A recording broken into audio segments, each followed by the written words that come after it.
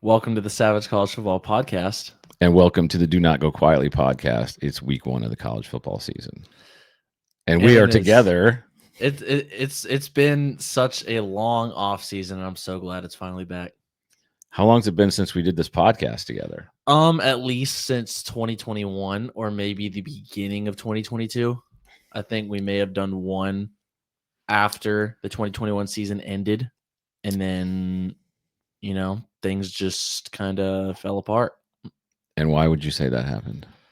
Good question. I couldn't really tell you, honestly. Well, it's good to have you back now, pubic hair and all. So you're a man. Now you're a man. Time to do your podcast. Yeah, right. Again. I look a little different than the last time I had it. I actually have facial hair now. How about that? It's time to get the Savage brand out past Instagram and get it into the podcast world again. Yeah. It's been a long time coming. And before we get into the excitement, there is one thing that I do want to talk about that's coming up this weekend. That will be a sad thing for us college football fans. And while it is overdue, and while it unfortunately should have happened a long time ago, growing up with him, it's been, it's still going to be sad with Lee Corso's final College Gameday being this Saturday. Yeah, I mean, I grew up watching Lee Corso. I want to say, I'm trying to remember. So I started coaching college football right after I got to college. I was in my early 20s, and I can't remember if he was on yet or not, but I think College Gameday started what year? Do you remember? I think it was sometime in the 90s, or was it in the late 80s? I could have sworn it was the 90s. That's what I'm trying to remember. So I graduated from college in 92, started coaching the very next year for Brian Kelly at Grand Valley State. And so as far as I can remember, Lee Corso was College Gameday, right? And Lee and Kirk. And then everyone else is kind of built in around that. But those two guys, and Lee was he was the color he was the humor before he had the stroke and everything's kind of slowed down. But I mean, that guy was like the quick wit, the funny guy. I think you could also say that Desmond Howard is up there too, because he's just been on it for so long as well. Everyone else though has kind of just been in and out.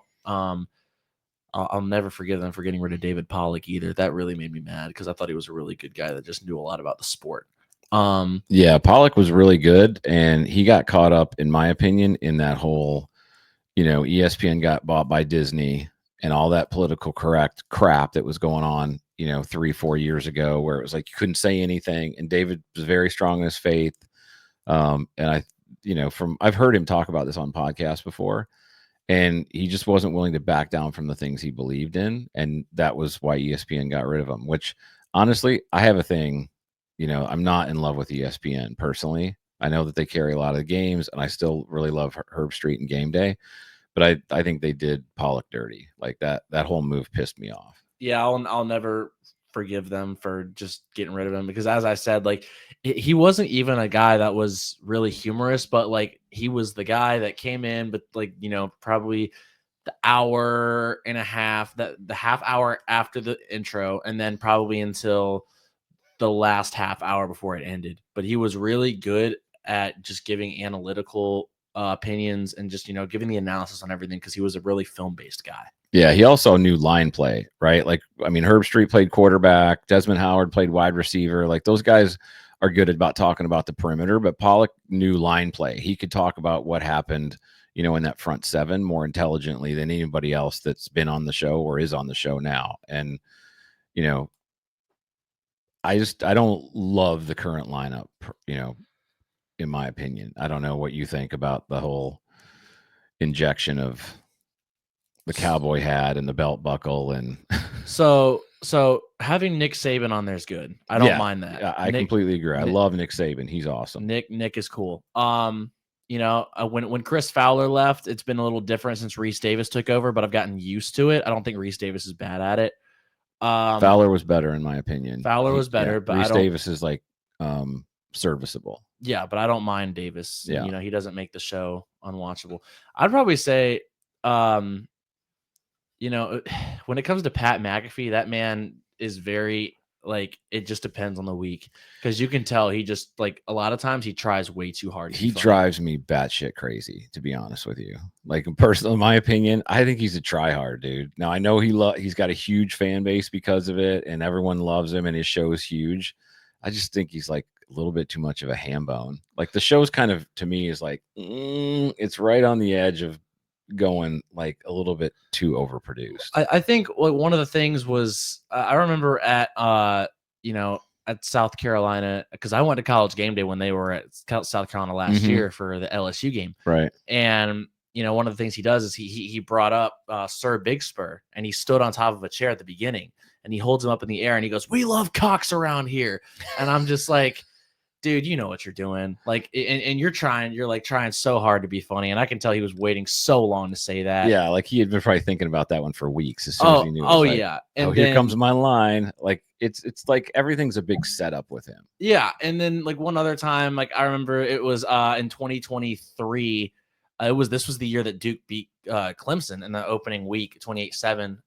But later on in the year they played Notre Dame and College Game Day went to Duke and everything. And I forget her name, but she's one of the girl analysts at College Game Day, and she was, I think, painting one of the students' chest, and she painted the Duke logo is a blue D, and she was painting that on his chest, and you can just hear Pat in the background go, "Yeah, put that D right on his chest," and I'm just like, dude. Do you have to weigh in on the action? Like, do you have to be a part of everything that happens? Yeah, it's almost like he doesn't want to let someone else have the spotlight. Yeah, I think that's the part that I don't like. If he could just do his thing and be a piece of it, I would like it better. But I feel like he tries to be the show. And he's, in my opinion, the show is Herb Street's analytics, Saban's analytics. The reason the show has always been good, in my opinion, is because it's focused on football. And the McAfee thing just pushes it a little too close to circus for me. Like, I think they're trying to use McAfee to like do a little bit of what Herb Street used to do, or excuse me, a little bit of what Corso used to do. But Corso wasn't like so bombastic and over the top that he like consumed the show. And that's kind of what I feel like McAfee does. I feel like he kind of consumes the show. Corso would have bombastic moments every once in a while, but they were so rare when it happened. It was just funny. Like, do you remember that one time when he was calling, they were at Houston, SMU. This was in 2011 or 2012, and he just dropped the F-bomb on the show. Like, that was funny. I think I do remember because that, no, it's like you didn't and everyone was kind of like, you see Kirk push himself back from the desk, just like, oh, that just happened, and Chris just dies laughing, and then Chris Fowler just goes, "Shame on you, wash that mouth out," stuff like that. That was funny. Yeah, and so just that old stuff, or whenever he would bring a gun onto the stage, if he picked like Oklahoma State or Oklahoma, he'd start shooting off the gun. Yeah, that's the thing is, like you said, there were kind of moments where his stuff was timed out, but then he would still jump in with real analysis and still be good at talking about football. And I don't feel like McAfee's as good at that. I feel like McAfee's just like a clown all the time. So, but that's not, I don't want to detract from like kind of what you brought up, right? Which is this is Corso's last show. Yeah. And if you didn't a few days ago, last Friday night, they had a special on him on ESPN. It was an hour-long special. They called it Not So Fast. And I didn't watch the whole thing because, obviously you didn't want to cry. No, I had my high school showcase thing that I had to do. Remember? I still do that. Yeah, I still do that. But we've taken that to new heights, thankfully. That's actually sponsored by the Columbia Sports Radio Station here now on 107.5 The Game. They pay me to do that, so that's cool. But anyways, I didn't get to watch the special, and I watched there was a and clip people of it. Can watch that where they can watch it on Savage College Football on Instagram Live on Friday nights. Sweet. Starting from 7:20 Eastern time. We start the live moments before teams take the field, and then we go live until the game's over. I will say, but I was able to see a clip of that, and I watched. It was the end where they took Lee into the College Football Hall of Fame, and me and you have both been there, and they have. I don't think me and you visited this part of it, but I've been there twice because the other time I went with my older brother, Grant. and they have this little theater. They have this little theater in there that shows like a presentation of something, like kind of like, just kind of what college football is all about.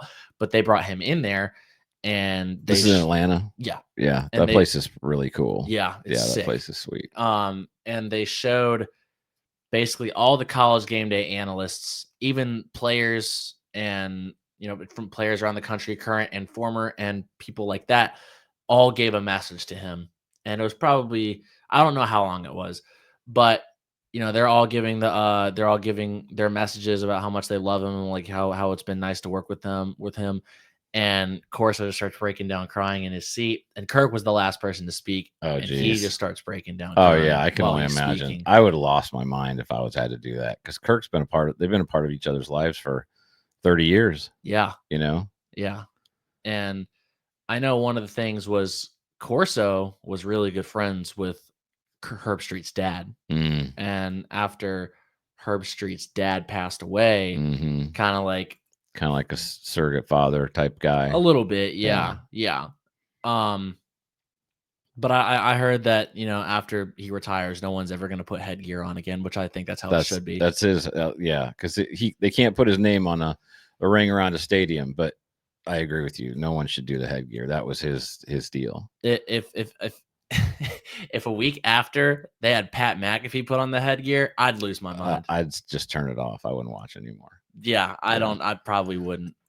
So here's to Lee. Many years of service. Yes, we appreciate you, brother. As you drink your coffee and as I drink my water. Okay, so let's jump into week 1. Where do you want to start, my friend? Well, let's start with the first game with the game that Lee Corso will be doing his headgear pick at Texas at Ohio State. A barn burner. Everyone's yoked about that game. That's going to be a freaking showdown, bro. And why shouldn't they be? I mean, both teams made it far into the playoff. They faced off against each other last year in the semifinals, and both teams also have brand new quarterbacks. Ohio State and true freshman Julian Sayin, and Texas and the glorious Arch Manning. Oh, well, I mean, this is the unveiling that the entire country, but especially the state of Texas, has been waiting for the last, 2 years? What year is he? Is he a redshirt sophomore? I believe he is a redshirt sophomore. Because he played in because I think he played in more games last year, I think, than just 4. So I think he technically did use up enough to become a sophomore. Okay. Yeah. So this is the guy that everyone, has been wanting to see for Texas. Even when Texas was winning 12 games a year, they wanted Arch Manning in there, all the fans. So that's the kind of backdrop to this whole game, right? And granted, he has experience, but I think one of the things that a lot of people don't understand is that he never started against anyone notable. I mean, he started against Louisiana Monroe. That's not notable. They beat Louisiana Monroe last year, I think, like 52-3. And then he started against Mississippi State, who was the worst team in the SEC last year. So if you're asking me, I don't really think he's made a start against a team that's notable, that's worth talking about. So, and if you ask me, I personally think he's going to be thrown into the fire. I mean, Ohio State's got a fantastic defense, nothing like Louisiana Monroe or Mississippi State. Mississippi State had the worst defense in the SEC last year, if I'm not wrong. So, not to mention this game's also on the road, and Ohio State's definitely going to have their stadium sold out for this. Yeah. Well, and Manning's the guy who's kind of overshadowing everything, right? But Julian Sayin is a 5-star transfer from Alabama. It's not like this is a guy who could come out and potentially play better than Manning. You don't know, right? I mean, Ohio State is a school that is known for developing great quarterbacks. Ryan Day is a quarterback guy. He's getting overshadowed in this whole conversation just because of the whole Manning thing nationally. Now, I will say Ryan Day, he finally beat the expectations. Well, not the expectations, but I would say he finally got a little bit of pressure off of him because he finally won a national championship, which a lot of people, I guess, didn't think he'd be able to do.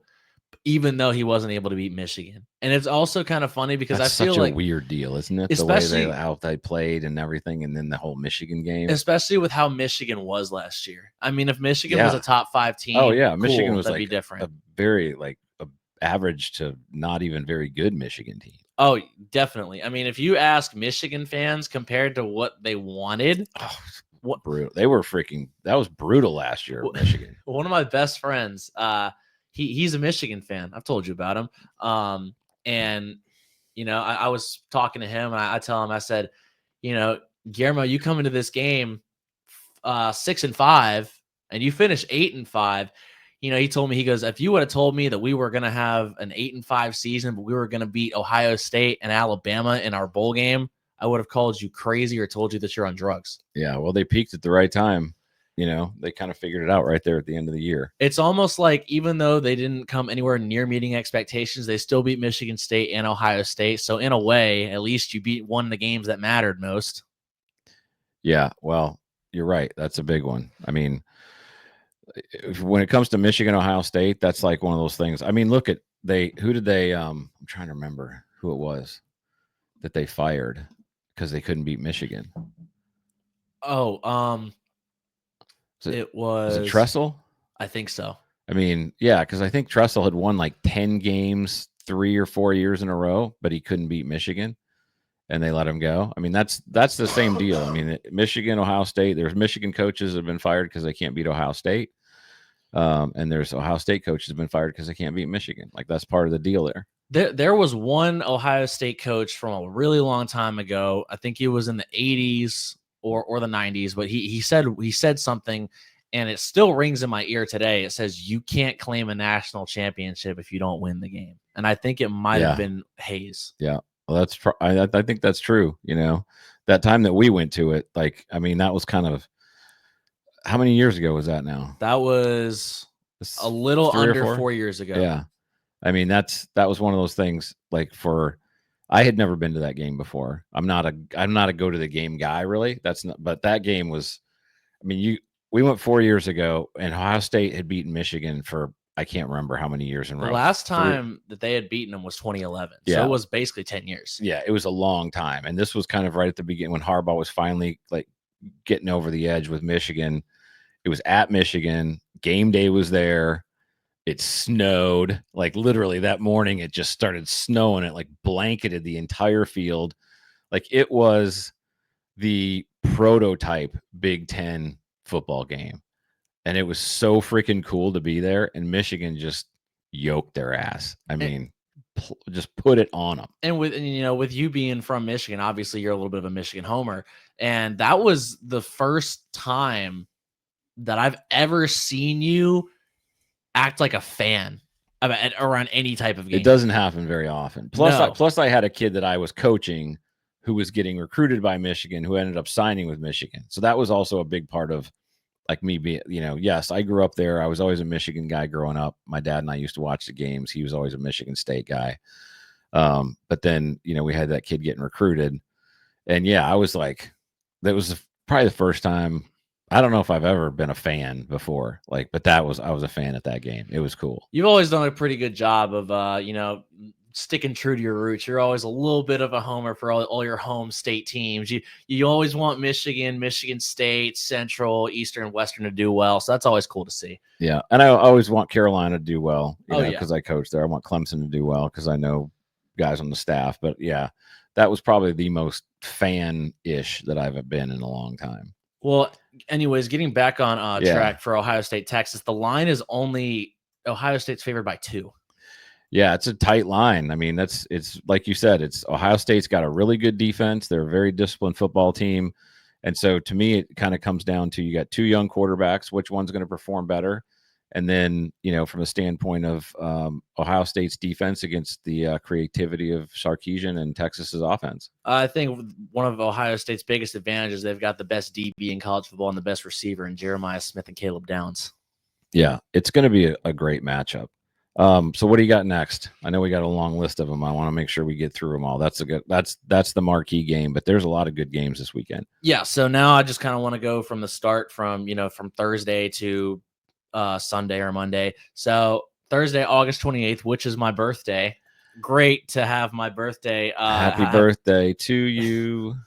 You look like a monkey in a zoo. Anyway, keep going. Sorry. It's a great birthday present to have week 1 start on my birthday, which is always nice. That is pretty savage. So Boise you like State, the pun? Savage.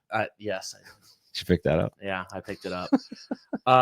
Boise State at South Florida. Normally, I wouldn't talk about this, but South Florida is coming off of one of their best seasons in a really long time. I mean, you remember last year I think they went 7-6 or 8-5 after winning the Hawaii Bowl in 4 overtimes on Christmas Eve.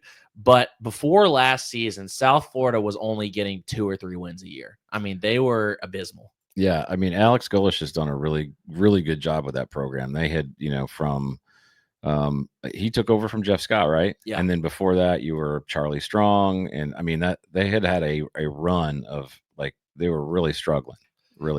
Yeah, because before like this whole down spiral, they hadn't had a good year since Quentin Flowers was there in like 2017. Yeah, geez, that's forever. I know it's crazy. And then you got Boise State coming in, who's ranked 25. Who Boise State's always going to be a team in the group of 5 that always is a powerhouse. But it's going to be interesting to see how Boise State does after losing their star running back Ashton Jeanty, and who's going to be able to carry the load, because last year he was basically their entire offense. Yeah. I mean, there was no tackling that guy. That guy was the best back in the country. Yeah. A stud. But Florida or South Florida's, if they've got a weakness, it's on defense. So, depending on how Boise State's defense does and shows up, this one could be a high scoring affair. Yeah. I mean, the over under is 63.5 points. Yeah. Which makes sense. Boise's currently favored by 6, but yep. With South Florida finally having a good year last year and with a ranked team coming to town, South Florida could have a lot of people show up. So it could possibly be a tough environment for the Broncos. We don't know. Definitely a good Thursday night game. Yeah. And then staying on Thursday, we've got a pretty cool non-conference Power 4 matchup, actually right after Boise State, USF, Nebraska at Cincinnati. Now, Nebraska. This one's interesting to me. Yeah. Yeah, I think this is a good Thursday night game. Now, Nebraska, obviously, they have not lived up to expectations in a while. In a long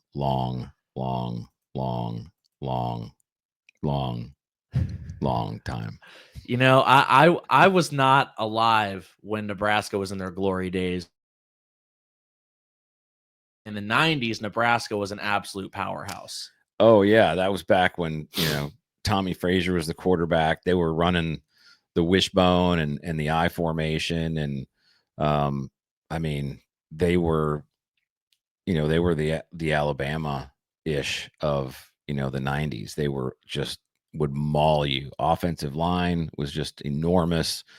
They just were immense in the running game, and they would just destroy you. But I haven't seen that Nebraska football team in 25 years.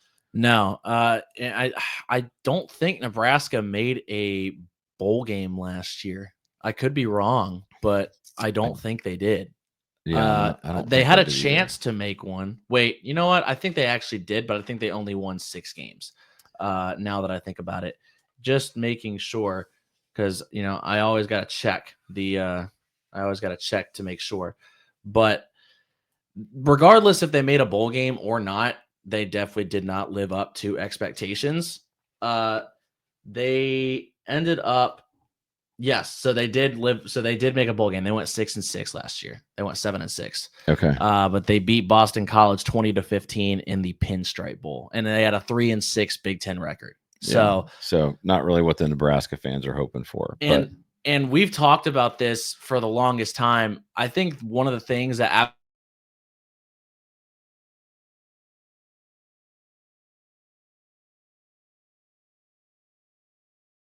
because when they were in the Big 12, they always played in Texas.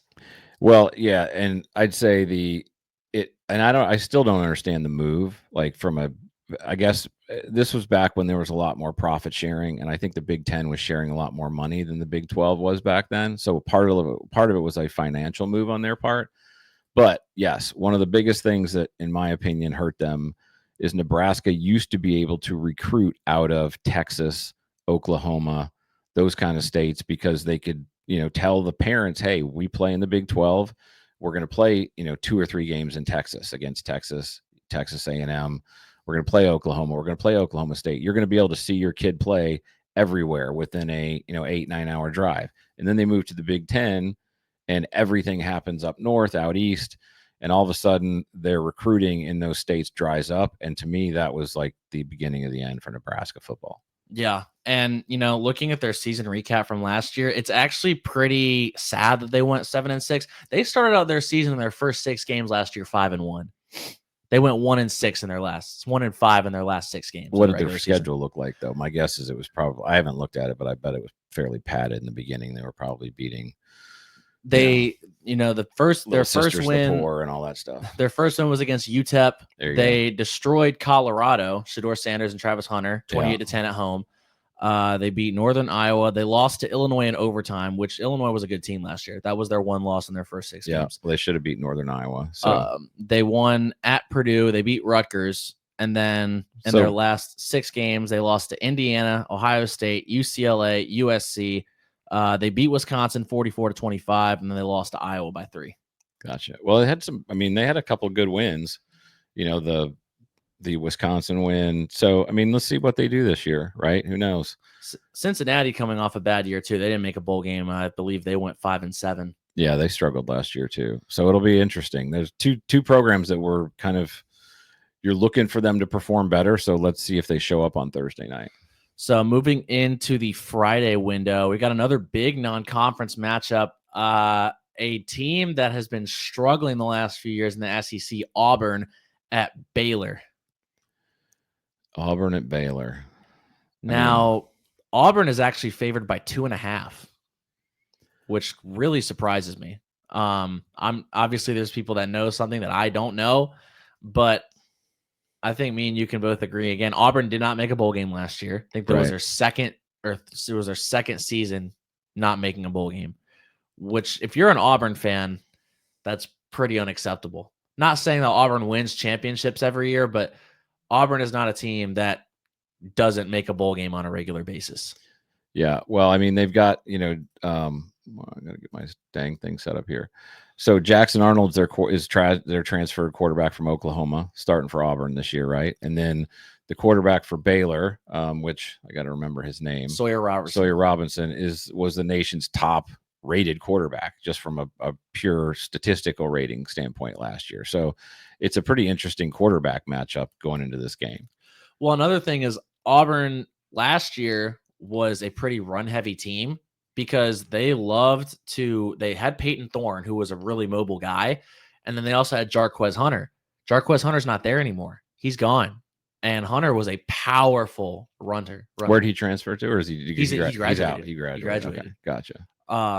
So they're going to have a brand new guy at running back this year. And, you're going to have to see, I don't think they've announced who the starter is going to be, but Hunter was not a guy that can be easily replaced. And whoever's going to be starting at running back for the Tigers, they've got some pretty big shoes to fill. Yeah, well, I think the edge on the offensive line side goes to Auburn. So we'll see whether, Jackson Arnold can perform with a little bit better offensive line, and then, Baylor on the road, right? Yeah. So, and then next one, this is another non-conference Power 4 game. This game really intrigues me. Georgia Tech at Colorado. So, Coach, what's Deion the intriguing Sanders. part for you? Coach Deion Sanders at Colorado no longer has Shedeur Sanders, no longer has Shiloh Sanders. He no longer has Travis Hunter. He no longer has LaJohntay Wester. He no longer has Jimmy Horn, Will Shepard. He lost a lot, at least especially on the offensive side of the ball from Colorado last year. Georgia Tech, however, returns a lot. And Georgia Tech definitely exceeded a lot of people's expectations last year when they went to 8 overtimes with the SEC champ Georgia Bulldogs. Yeah, Georgia Tech is a team that's, definitely improving year over year. They're doing a really good job of knowing who they are. And like you said, they showed up and played really well against Georgia. And I know that it's going to be interesting to see from a recruiting standpoint whether Deion has been able to refill the coffers, because that's, a lot of those guys came from Jacksonville State with him, to Colorado, and he recruited his butt off there. But those guys are gone, like you said. Now he's got some good young talent, but they're going to have to show up there, they're in this first big game. Yeah, he doesn't have those Jackson State guys anymore, so it's going to be difficult. And another thing, Georgia Tech has a lot of guys that return. Running back Jamal Hayes. They've got Haynes King back, and they also had almost like a 2 quarterback system a couple times last year. You might remember their other quarterback's name, Aaron Philo, who used to play quarterback at Prince Avenue. If I recall correctly, you coached against them Can last we not year. talk about this? Yes. Prince, yeah, I coached against him. He was, I was coaching for a team that, how many games did we won in a row at that point? 20 something. I think we hadn't lost in 22 or 23 games. Yeah. 5-time in a row state champions. And we went on the road to Georgia. But the reason, we did go play them on purpose, right? We knew they played in a level that was 2 levels above us if you just compared them state to state. And we went, because anyone we had played around here, on our or out of league play, we were kind of destroying. So we went and tested ourselves, and we got our asses handed to us. But honestly, it was a really good experience for our kids, because our kids were used to rolling off the bus and thinking they were going to beat anybody. And Prince Avenue was like that, but at a higher level. And this kid, man, I can't remember what his stats were, but he freaking lit us up. So do you have the stats? I don't have the stats. I don't have the stats, but I've got another name that you might remember, because Georgia Tech also has a wide receiver who's probably going to be starting this year, and Bailey Stockton, who was also at Prince Avenue. That was number 2, wasn't it? You were number 4. Oh, yeah. That kid was a stud. That kid put his foot in the ground. He could change direction like a fiend. He was their tunnel screen guy. They wore us out on the RPO stuff with that kid. Yeah, they were really good. I remember when they were we went out to warm up, and they were warming up, and I was like, their lineman came out. That's when I literally looked at one of our other coaches, and I never do this, and I said, "Oh shit." And he's like, "What?" I go, "Look at that offensive line. They literally looked like a college O-line. They were freaking enormous." And they freaking smacked us right in the mouth, which we needed, because we ended up, playing really good the next week against that 5A powerhouse in the state of South Carolina. Almost beat them. Yeah, and then we defending state champs. Yeah, the state only lost to them by 7. 5A, we lost to them by 7 at their place, and then we ended up, running the table and winning the state championship. Yeah, and you only allowed 14 points by them too. Yep. So that was pretty impressive. That first game with Prince Avenue was a big deal for us, because it really made our kids set their jaw. Yeah. So it'll be. So is he starting this year? Or is it Stockton quarterback battle? or Philo? Philo. So Philo, I wouldn't say he's the set starter. Haynes King is the set starter, but if you go back and watch a lot of their games last year, like against Miami, he threw a touchdown against Miami. He threw for a touchdown against or ran for a touchdown against NC State. So what a lot of times happened last year is Philo would come in specific sets. So it was almost like a 2 quarterback rotation. Gotcha. Yeah, that makes sense. Well, you could see the same thing from Colorado, because it looks like right now they're saying that the Liberty transfer, Kadon Salter, is going to be their starter at quarterback, but they've got this 5-star freshman, Julian Lewis, who's supposed to be an insane talent. So it'll be interesting to see whether that kid shows up and we see him in the game. Insane talent. Do you think we could have another Shedeur Sanders? One could only hope. What do you got next? Anyways, moving on. This is a little bit of a group of 5 Power 5 matchup, but it caught my eye because, Tony Elliott at Virginia welcomes in Coastal Carolina. Now, Tony Elliott, ever since he left for Virginia, has struggled. He was at Clemson, and now he was the offensive coordinator at Clemson. Well, co-coordinator with Jeff Scott, and then after Jeff left and went to South Florida, he became the coordinator. And ever since he got to UVA, last year they faced off against each other. Virginia was at Coastal in Conway, South Carolina. Virginia ended up beating them by 20 or 24 points. But when it comes to Virginia, unfortunately, in this day and age of football, and I don't want this to sound harsh, but you can't ever assume that they're going to win anything. I mean, Virginia's a hard place. It's been a long time. I'm trying to think the last time that Virginia was legitimate, contender in the ACC, in college football in general. And I can't remember the guy's name, but I can literally see his face. Was it George Welch? Was the head coach at Virginia? So I remember Old crusty looking freaking tough ass guy. Like I think that's the last time that they were consistently good. I was about to say they had one really good year. They had a few good years in the late 2010s, but they had one really good year in 2019 when they made the ACC championship and they played Clemson and got destroyed. Was Bronco Mendenhall? Yes, the head and they had coach Bryce Perkins as the quarterback. Yep. And I remember the year before in 2018 because they had made the Belk Bowl and they had played South Carolina in Charlotte, and I went to that game and they beat South Carolina 28-0. And that was a dark time if you're a South Carolina fan under Coach Will Muschamp. There's been a lot of dark times if you're a South Carolina fan, but yes, I think one of the things that Virginia struggles with is I think a lot of people don't know this, but academically, it's a very good school, like a very good school, and they're a little bit like Georgia Tech in that you can't just get into Virginia, right? There's kids that Virginia won't let into school that can play football that other kids will let in because of their academic standards. So there are some things from an academic standpoint that are challenging to win there.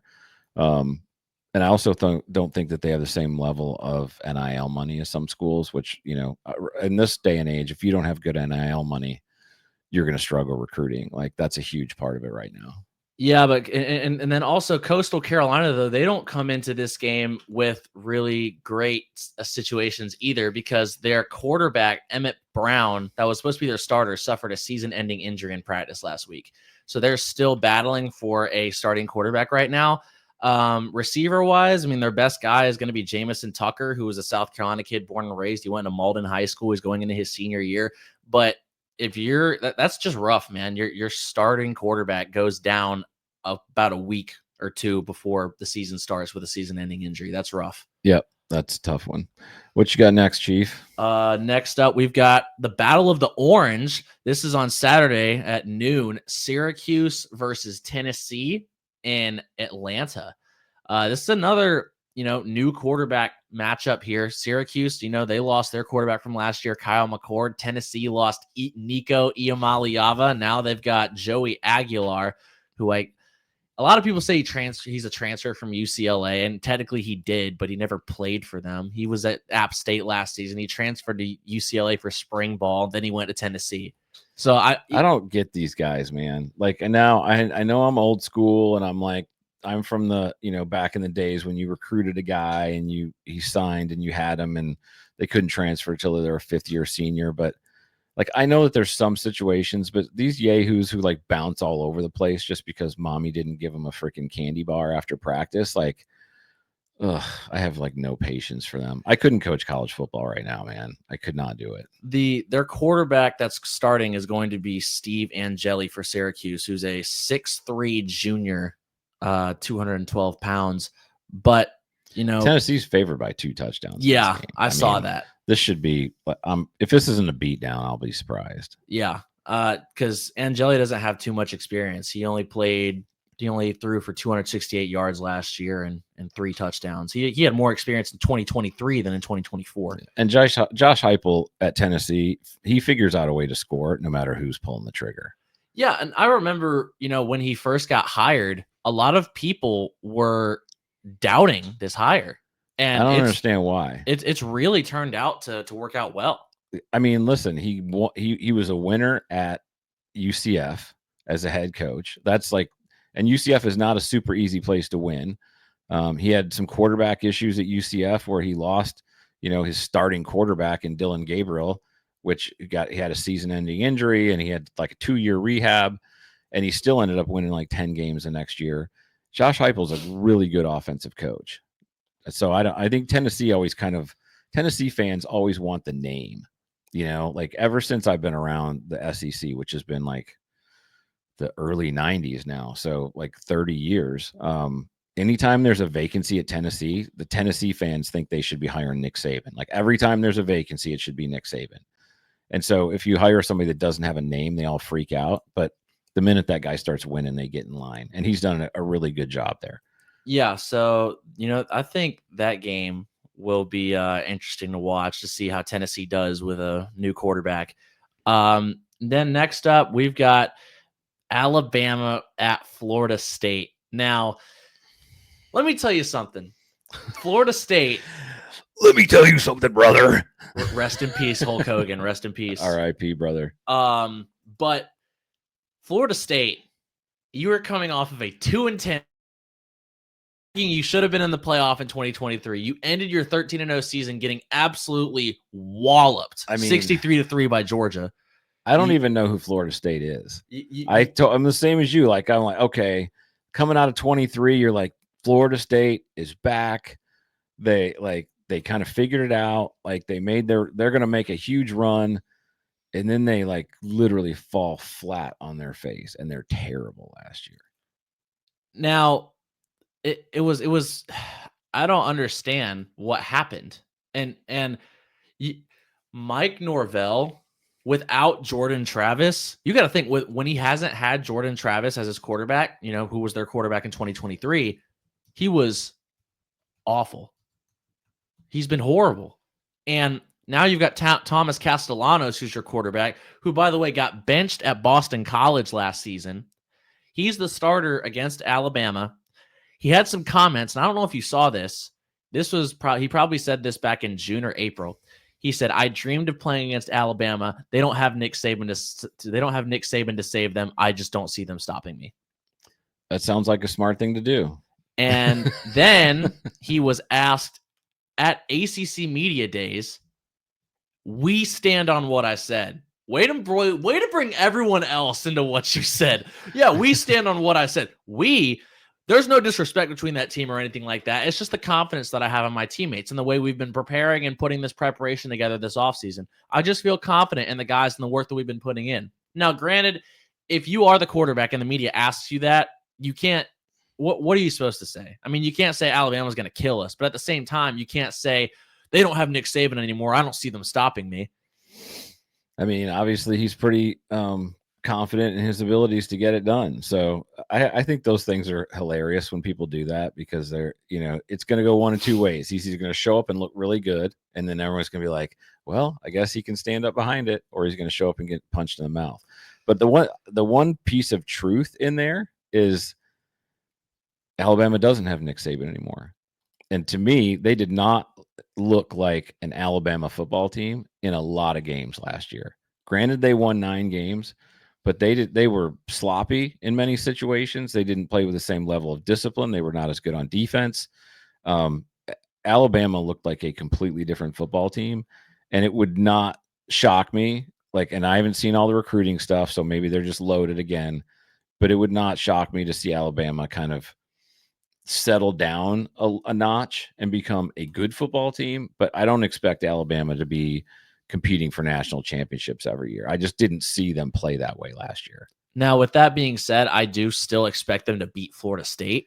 Yeah, I agree with you. I mean, they should win this football game. I'm just saying, in general, I don't see the Alabama competing at the same level that they competed when Saban was the head coach. Yeah, and going off of what you said, how you said they didn't look like a Nick Saban team, there's a bunch of examples like that. One of the biggest ones that I wanted to talk to you about is, when they beat Georgia last year. I mean, granted, they beat Georgia by 7. I couldn't believe they beat Georgia, but they did. But the way that they did it was not how Nick Saban would have done it, because you saw how they jumped out in that huge lead. I think they were up by as much as 28. 28 is nothing. Mm-hmm. That looked like a Nick Saban Alabama team. But then Georgia came all the way back and took a 34-33 lead. Yeah. If that happened under Nick Saban, I can't imagine what Nick Saban would do to his players that following Monday. Yeah, I don't remember. I mean, I know that there's been a couple games like that where his teams didn't play the way you thought they were going to, but usually that didn't happen because of the defense. It usually happened because offensively they couldn't get on track, or they didn't have great quarterback play, in a certain situation. But Saban's teams defensively were always just stellar. They just didn't do that on defense. I can't imagine how much Saban was shaking his head last year when Alabama lost to Vanderbilt. Oh my gosh. Well, I can tell you, like, I know people that have worked for Saban in the past. And the thing with Saban, and I think this is not surprising to anybody, but Saban, like, he knew everything that was going on, right? Like, some head coaches are kind of chairman of the board guys, right? They're managing all the press, they're recruiting, they're doing all the big stuff, but they're not necessarily down and dirty in the meetings and X's and O's. And Saban, even though he did all that other stuff, was still in defensive meetings. He was still like making sure that every piece of that game plan aligned with the way he would coordinate against that offensive team. He was out there in the middle of practice, getting it in, mixing it up with the DBs, like working on their drops, making sure they're staying in phase. Like, Saban never gave up making sure that his team like was dialed from an X's and O standpoint. Yeah, I mean, have you seen those clips of him when he was in practice, how he's like screaming at the receivers, break on the ball, Yeah. or like, dang it, it's cut, you ain't got anybody to flat. Or there was this one clip that I saw, they were beating Western Kentucky 52-3 with 30 seconds left in the game. They have the backups in.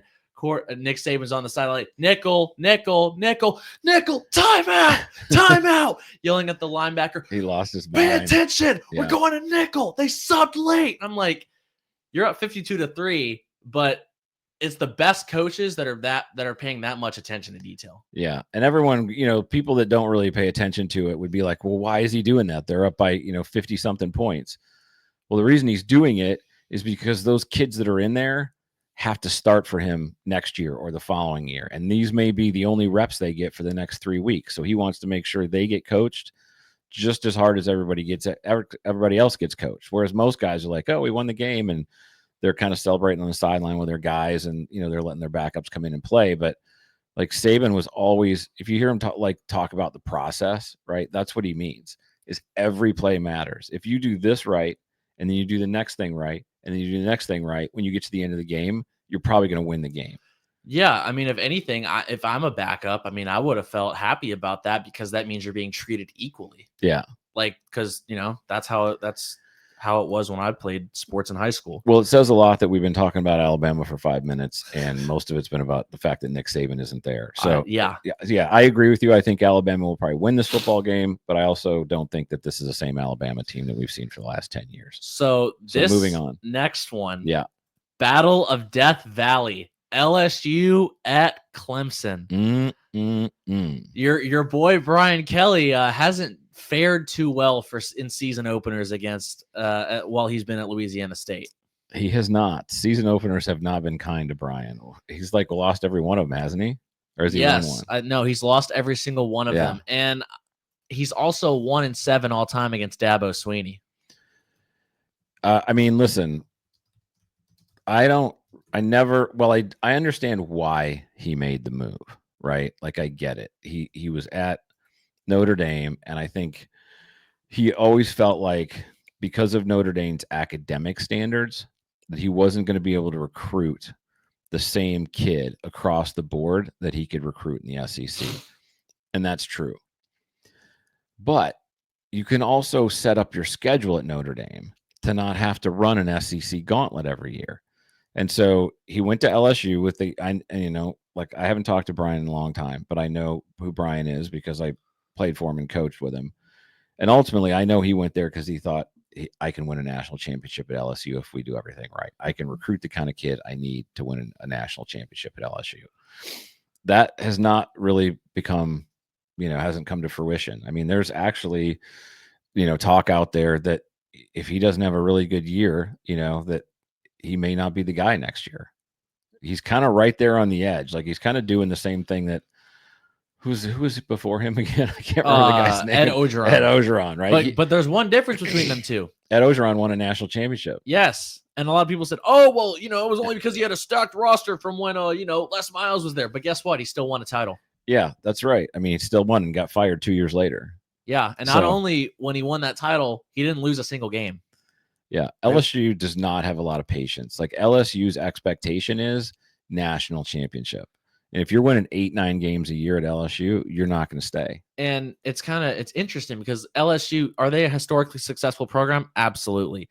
But they don't kind of they They have don't phases. deserve to they don't deserve to have the same expectations and level of impatience that a program like Alabama does. Yeah, well, I think I agree with you, right? But Alabama's like that because somebody built that. So if you go back and look at what Alabama looked like before Saban went there, they weren't were that great. They were a very average football team. They were good with Bear Bryant. Yeah, like a long time ago, right? And then they had been an average football team since, I'm trying to think, the early 90s through multiple coaches, where they were winning 5 games a year, sometimes 8, sometimes 6. I mean, they were not what they are right now. And so they've earned where they are right now. LSU has had a few years much tighter where they were, kind of a superpower, but LSU hasn't put together a string like Alabama has. So I want to ask you, when you're in the situation that Brian Kelly is in, you're 1-7 against Dabo Swinney, you're winless, and what is the best way of building anticipation for your season opener? Making comments against Clemson when you're playing at their stadium. I want to tell you. What did he say? So, I know he said some stuff, but I know you know what it is. So he is at SEC Media Days. He says that Clemson's logo has been plastered on workout bags at LSU's facility this summer for motivation. That's fine. Like, I don't have an issue with that. He added LSU's Tiger Stadium is the real Death Valley, which is what Clemson also calls their stadium, obviously. And then at a local speaking event, July 23rd, he said, and I quote, "You want great habits when they're needed when you're on the road and you're playing at Death Valley Junior, not the Death Valley." That's the kind of thing you'd expect a kid to say, I mean, I think what he's doing is he's trying to set some expectation for his own kids. But Clemson plays really well at home.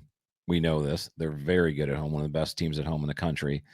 And I think the only reason, and I would never do this, but I think the reason that he's potentially doing it is I think he feels pretty confident in the football team he has, right? So Kelly has said that this is the best team he's had since he's been at LSU. He's got a pretty loaded wide receiver room. He's got Nick Anderson, who transferred in from Oklahoma, Barian Brown from Kentucky, and then he's got a couple other guys that were already on the roster, and Bauer Sharp and Destin Hill, that he feels really good about. Now, Nussmeier is returning at quarterback, right? Yes. He had the most attempts in the SEC last year at passing, but that doesn't mean he was the highest rated passer in the SEC. And he's struggling with some kind of issue with his elbow, or what is it? I'm trying to remember. I think it was something to do with his elbow. It was his throwing arm. Patellar tendonitis. He's still got patellar tendonitis. And so they characterize the condition right now as mild, like 2 out of 10. But it's still hanging around. And as a quarterback, that makes a difference in terms of the way you throw the football. Not to mention the game is in 4 days. Yeah. So what's the line on this one? Clemson's favored by 4. Yeah, that sounds about right. So I know we talked about how confident, that he is and everything with all the receivers he's got. But how about the receivers that Clemson has? TJ Moore, Bryant Wesco, Antonio Williams, Cole Turner. I mean, this is the best wide receiver room I've seen at Clemson since like back in the 2017-18 heyday when they had T. Higgins and who was the big tall guy? Mike Williams. I mean, they were loaded. Justin Ross. Renfro was a young player. Renfro. Yeah, I mean, they haven't had a wide receiver room like this since then. So then they asked at ACC Media Days TJ Parker. Now, if you're not familiar with TJ Parker, he is an edge rusher at Clemson. Absolute stud. I mean, that kid knows how to play ball. He's a beast, man. They asked him what he thought of, Brian Kelly's comments. All he said was, they can have their opinion. We're going to handle it August 30th.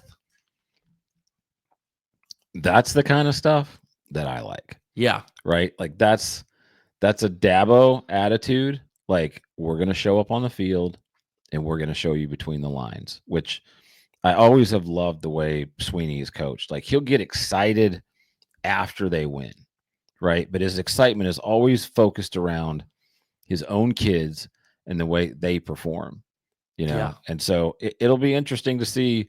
It's kind of a matchup of two different attitudes, right? It's kind of like the blowhard Tigers from LSU flying in to play the, lay low, modest Tigers at Clemson. So personally, I'm pulling for the Tigers at Clemson. Really? Yeah, man. Okay. I'm pulling for the in-state boys, man. So believe it or not, there was something else posted about, TJ Parker's reaction of what Brian Kelly said on Twitter. Who posted it? Like just some rando or somebody from LSU? It was I think ACC Sports or ESPN College Football or something like that. LSU linebacker Whit Weeks reposted that, and if you don't know who Whit Weeks is, he's also a stud. He's a linebacker on LSU. Yeah, he reposted that and said, "Let's do it with that emoji of like the cursing, like the what I'm talking about." Yeah. He reposted that and said, "Let's do it with the signals around the mouth." Well, like you said, we're gonna know in 4 days, right? All this talk goes away, and you show up on the field and actually see what happens when you play the game. All I'm gonna say is, I'm expecting this game to be intense. Like, I'm not saying there's gonna be a fight, but I can tell. I can promise you, this one's gonna have a lot of tension pregame. There's gonna be people getting in each other's faces, mouthing at each other on pregame. Yep. They better have all the strength coaches and stuff out there, because this one will definitely be tight in pregame. Dabo for Clemson Dabo Sweeney, head coach, has said he wants everyone to wear orange. He said, "I love the purple, but I don't want anyone getting us confused." Orange out, baby. Everyone wear purple. Everyone wear orange. So Clemson's probably, are they going orange and white, or are they going all orange? Have they announced the uniforms yet? I'm assuming they're going to go orange and white. Please go all orange. It would be cool. I love the all orange. It would be cool, but you know how Clemson is. Everything is traditional. They only wear the orange pants if they're playing for a championship. Yeah. So I'm assuming they're going to go orange helmets, orange jerseys, white pants. If they do come out in all orange, that'd be sick, but I'm not expecting that. Yeah, that's a game I'm really looking forward to. What time is that one? That one is 7:30 on Saturday. Nice. Tickets are as low as $304. Oh, sweet. They're a deal. I know, right? Okay. What else is there? On Saturday. Oh, we haven't talked about South Kakalaki yet. Yes, I was going to get to that, and we don't have to spend too much time on this. I only wanted to talk a little bit about it because of what happened in week 0. Hawaii plays at Arizona. I'm going to give you this one because I know nothing about this game. So Hawaii is coming off of a huge win. So this past weekend, week 0, they hosted Stanford. They defeated Stanford 23-20 off of a field goal. I'm not even going to try to pronounce their kicker's last name because it's impossible. How far has Stanford fallen? It's so bad. It's like, you remember when Stanford was a powerhouse in the early 2010s? When Harbaugh was there, and then Harbaugh left and left it to David Shaw, who's still there, right? No, he's not still there. Oh, he's not there? No. Guess who their head coach is now? Who? Frank Reich. The former quarterback of the Bills? And who was the head coach for the Panthers, who got fired midway through the year after they stared 1-7. Did they just do that this year? Yes. Okay. I did not know. Guess who decided to hire him? Andrew Luck. Yeah, Andrew Luck's the AD, right? Yeah. Yeah.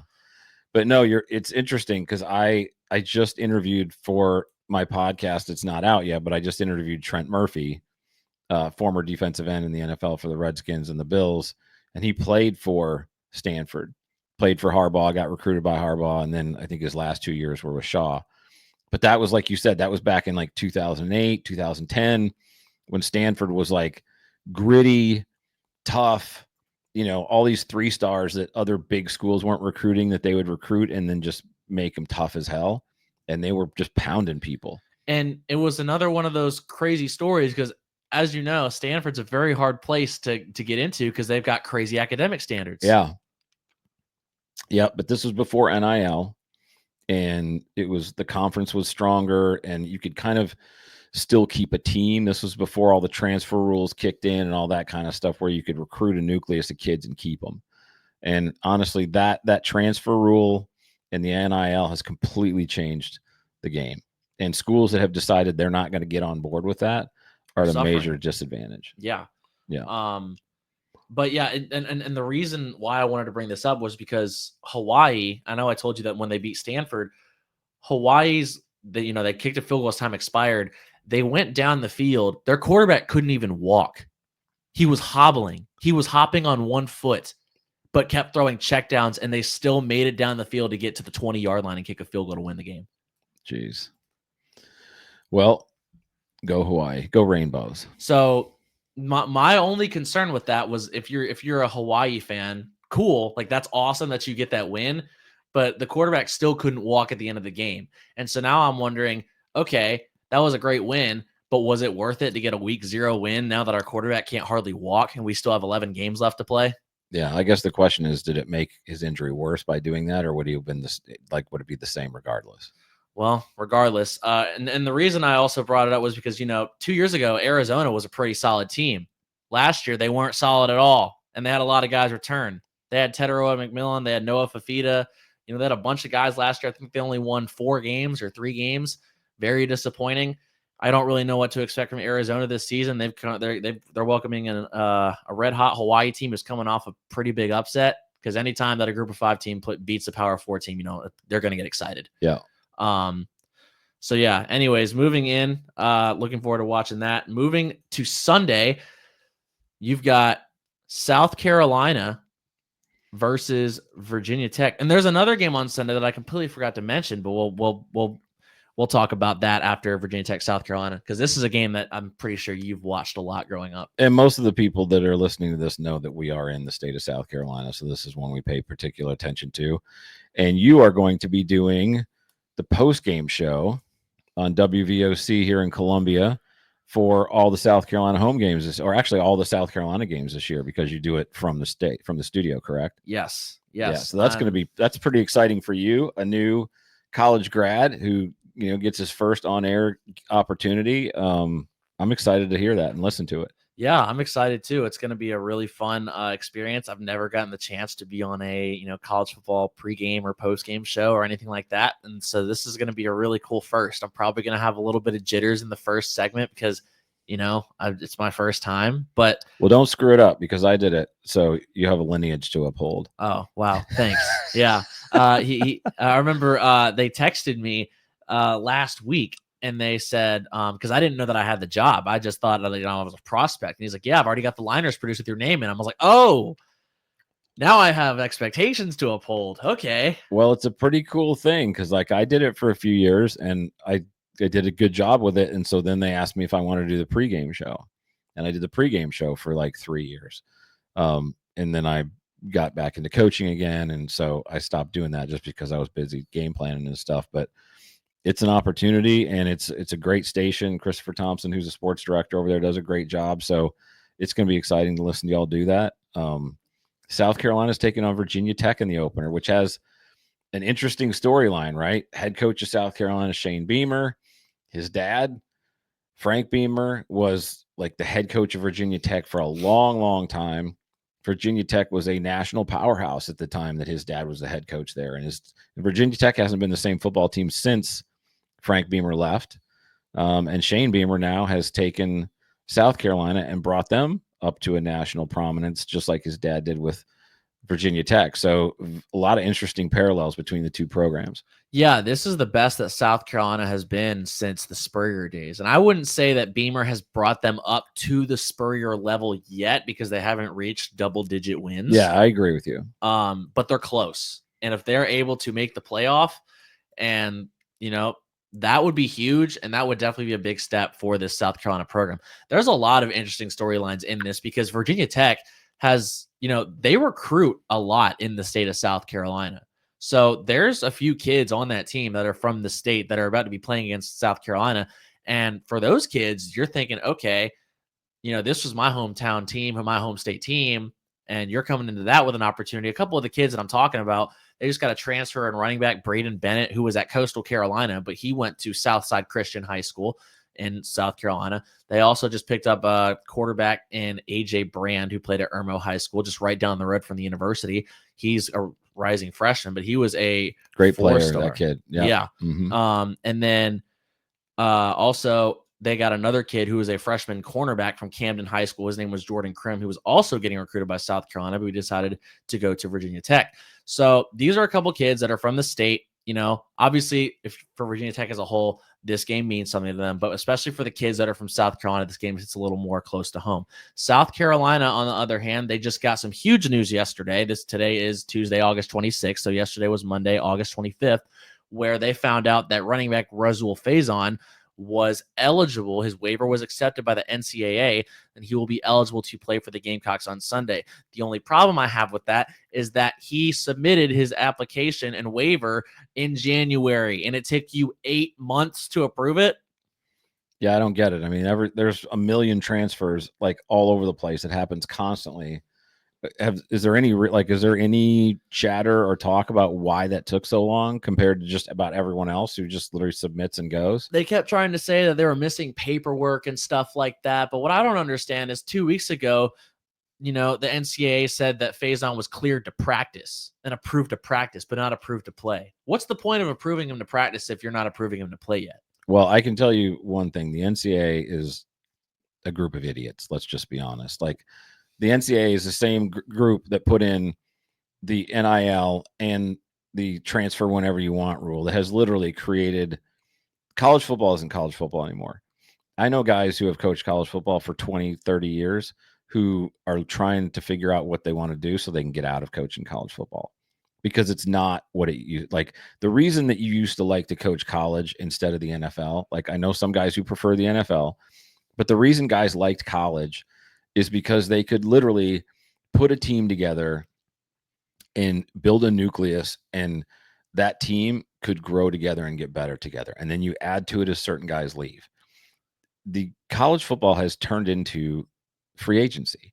That's what it is. And I don't want to get on a 30-minute soapbox about it, but that's just the reality. So that's the NCAA's decision-making process. They make stupid freaking decisions. And this is probably just another one of them. But when you look at South Carolina, they're returning one of the top quarterbacks in the country in Lenora Sellers. I mean, you want to talk about a dynamic, exciting kid. They've got one of the best pass rushers in the country in Dylan Stewart on the edge. That guy is a freaking stallion. So South Carolina's got some players, man. Like, recruiting wise, I think this is the highest talent level I've seen at South Carolina since Spurrier was there. Yeah, and a couple other guys, you know, and obviously they did lose Rocket Sanders, but if Rasul's going to be running back one, they're still going to have Oscar Attaway in the rotation, who had a bunch of bright spots last year. Yeah, he looked good coming in, like, in relief for Sanders. I mean, you remember last year when he played against Illinois, he wasn't even 100% because I know he was dealing with some sort of injury, but he still pulled off like a 36-yard touchdown run against Illinois. And then he had a couple of really good runs against Clemson that helped South Carolina get into field goal range. And, he's not your guy he's not the type of running back that's going to just absolutely leave you in the dust, but he's a very serviceable guy. And if you need him to go and get 5 or 6 yards on a critical down, he can do it. Yeah. And then they've also got Jalen Kilgore back too. He came back for another year. They've got DQ Smith. They got Brandon Cisse coming in from NC State. But yeah, I think they're talented, man. Yeah. It's a talented football team. And you got to wonder, is this the year that finally they get wide receiver Nick Harbor to at least break out? Because last year, his freshman year, obviously he did not come anywhere near expectations, and he still didn't meet expectations last year. But as the season went on and as the season got closer to ending, he did a lot better. You started to see flashes, right, of like what he could be in certain situations. Now he's got to put that together and consistently be that guy. Yeah. And then Virginia Tech, they also got some people in the transfer portal. They got Kyron Drones still at quarterback, and then they also got, as I already said, Braden Bennett from Coastal Carolina. They got Terrion Stewart from Bowling Green. They got Donovan Green, wide receiver from Wake Forest, coming in.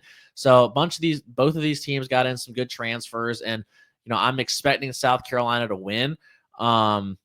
If South Carolina doesn't, that's let's just say that Gamecock fans aren't going to be. It will happy. not be the start that South Carolina was looking for. No. Yeah. And then coming off of that game, I should have. Rival of an old rivalry, number 6 Notre Dame at number 10 Miami, Catholics versus convicts. I know it doesn't mean quite as much this, but I mean, there are two programs that are definitely on the rise, right? Miami looked a lot better last year, potentially could be a really strong contender this year in the ACC. And I think, Notre Dame's, while they didn't, what was Notre Dame's record last year? Notre Dame's record was 13-2 or 14-2. Yeah, I mean, Notre Dame played really well last year, right? If you take out the loss to Northern Illinois. Yeah, that was first game of the year, wasn't it? That was their second game. Yeah, so that one, I mean, that changed their entire season, but was a really good football team last year. So this one it's kind of under the radar. I'm not hearing it talked about a lot, but I think this could be a really interesting football game. Yeah, I mean, you've got Julian Love coming back for Notre Dame, and then you've got the departure of quarterback Riley Leonard, which I'm, very interested to see. You had Jordan Faison at wide receiver, who's also a lacrosse star for the Notre Dame team as well. So he's a little dual sport athlete, but he was really good. You got Jaden Greathouse still playing, Josh Harrison. And then, for Miami, the big story for them, you've got Carson Beck coming in to take over the reins at quarterback from Georgia after Cam Ward leaves. And, is Carson Beck going to be able to fulfill the shoes that Cam Ward filled? So I want to ask you something. Notre Dame is favored by 2.5. Is the U back? Oh, really? How many years have we had this conversation? Is the U back? Like every time Miami looks like they're going to be good, somebody goes, "Is the U back? Is the U back?" People were saying that in 2017, and remember when they think they were 10-0, they lost to Pittsburgh in the in their last regular season game, and they played Clemson and got thumped 38-3 in the ACC title game. I'll tell you what, when Miami wins the national championship, I'll say the U is back. So until then, no. So if Miami makes the playoff and wins a game or two, you still won't say they're back? No. Wow. Okay. I mean, to me, the U is back means like Michael Irvin and Ed Reed and Ray Lewis are freaking running around the field, like taking people's heads off and like walking into visiting getting off the bus at other games, going to somebody else's stadium in fatigues, and they're the visiting team and the home team's crapping their pants because they got to play Miami. Like that was what the U was like. They were like freaking intimidating as hell to play. And until they're not the U. They're still a good Miami team. The last game, Monday, September 5th, capping off a week 1, TCU at North Carolina. Bill Belichick's college football coaching debut. Do you think his girlfriend will be calling the plays? I was going to ask you the same thing. How much older is he than his girlfriend? At least 50 years? 100. I mean, he's in his 70s, and I think she's in her 20s. She's right? 24 or 25. So he's 50 years older than her. Yeah. To put that into perspective, that would be I'm 57, right? That would be like me dating a 5-year-old. Let's not talk. Let's not think about that. Not now, but I'm saying in 20 years, right? Think about that. I mean, 70 years old dating someone in their 20s. Hey, I don't want to take away a guy's joy, right? Yeah. But I mean, the for him, is, he's probably having a great time. But the dynamic is weird, right? You've seen some of these interviews where she just takes over and this is a guy who no one's taken over his he commands the room. You know what I'm saying? This is a guy who was just gruff and grumpy, and reporters could were afraid to talk to him, who wins Super Bowl after Super Bowl. He's got the greatest quarterback in the world, him and Brady, and the run that they were on. And now his 20-something-year-old girlfriend takes the room over. I don't even get that. It's just so weird. So what's your prediction? Will he be good at North Carolina or not? So looking at it right now, TCU is favored by 3. And I think this is really interesting if you're a Horned Frogs fan, because if you're TCU, this is kind of the best case scenario for you.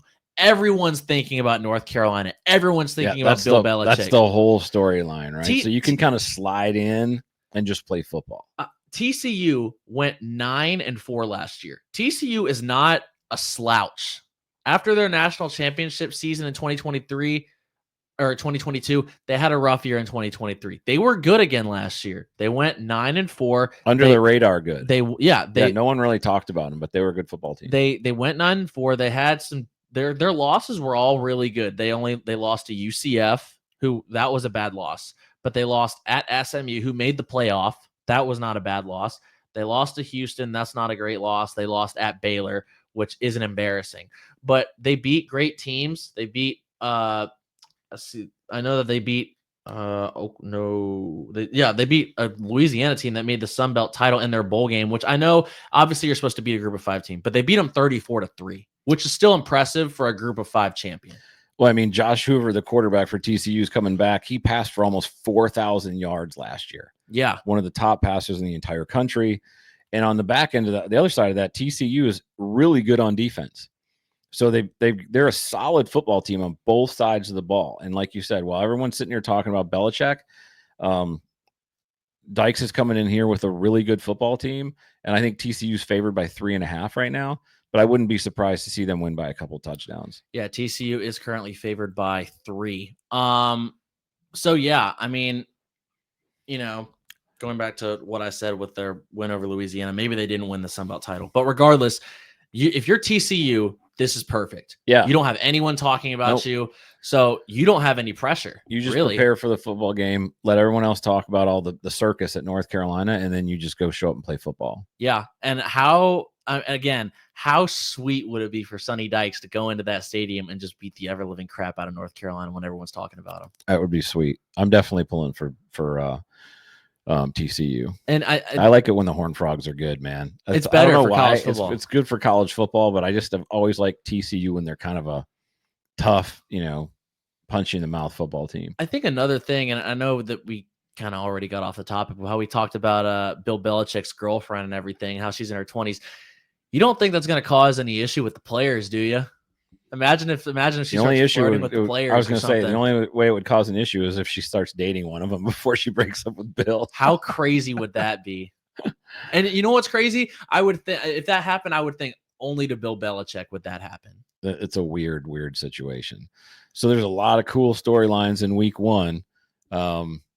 I think we did a good job. You did a great job on the preview. This is going to be a really good kickoff to the 2025 season. Good. So football.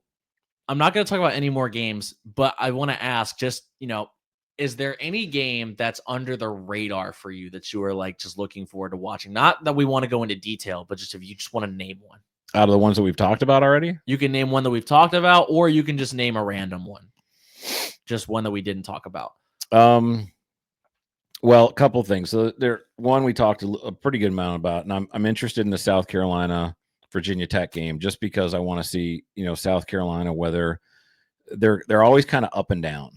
And I want to see whether they come out strong this year and they kind of can build off of the momentum of the way that they finish the season, or whether they're going to kind of be the same South Carolina team that you don't know who's going to show up every week. And then obviously the Texas-Ohio State game, the marquee game, is one I'm really interested in because of the quarterback battle. Like I said, I know everyone's paying attention to Arch Manning, but I want to see what Julian Sayin does. I mean, that kid's a real athlete, and he could be a difference maker in the football game. So I'd say those are probably, for me, the 2 that I'm paying the most attention to. They're not under the radar, but those are the 2 games that I'm like really interested in. Gotcha. Okay. Oh, and Clemson LSU. Yes, those are good. That was a big one for me. I want to see how that one goes too. A couple under the radar games, and these are all for similar reasons. A couple under the radar games I'm really paying attention to. 1, Georgia State at Ole Miss. 2, Michigan. Dude, you're always one for these games that like no one else pays attention to. So you're always like, okay, because of this, which is like, it's because you're a football nerd, which is a good thing, right? You just know more than other people do. So you're like paying attention to storylines that no one else knows about. Yeah. So the reason for New Mexico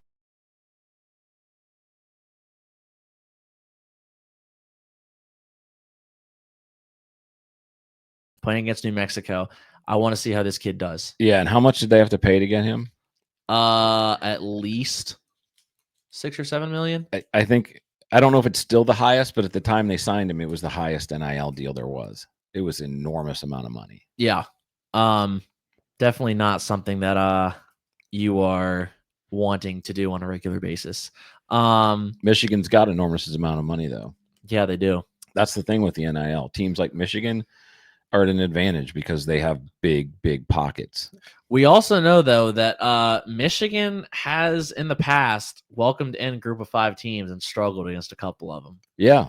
It's And not a given. If they're starting a true freshman quarterback, there's definitely a possibility for that, no matter how good of a recruit you were. Yeah, I mean, you can lose a football game by making mistakes on turnovers. And anytime you start a young quarterback who's untested and you don't really know how they're going to play, you bring a kid in like that who throws 2 or 3 interceptions, fumbles the ball, makes a couple mistakes, that can result in 30 points for the other team.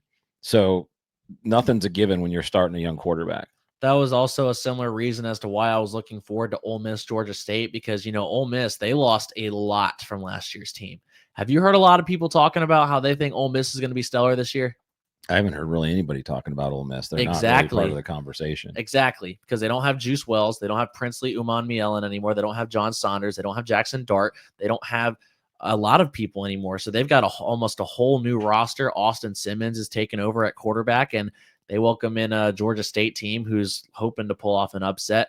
And then the last one I wanted to mention was Missouri State at Southern Cal, because this is Missouri State's first season as an FBS team, and they're going to LA to take on the Trojans. And I'm excited to see how they do in their first FBS season, along with Delaware State at Delaware, because Delaware is also their first season as an FBS team. Yep. All right. Well, it's going to be an exciting week.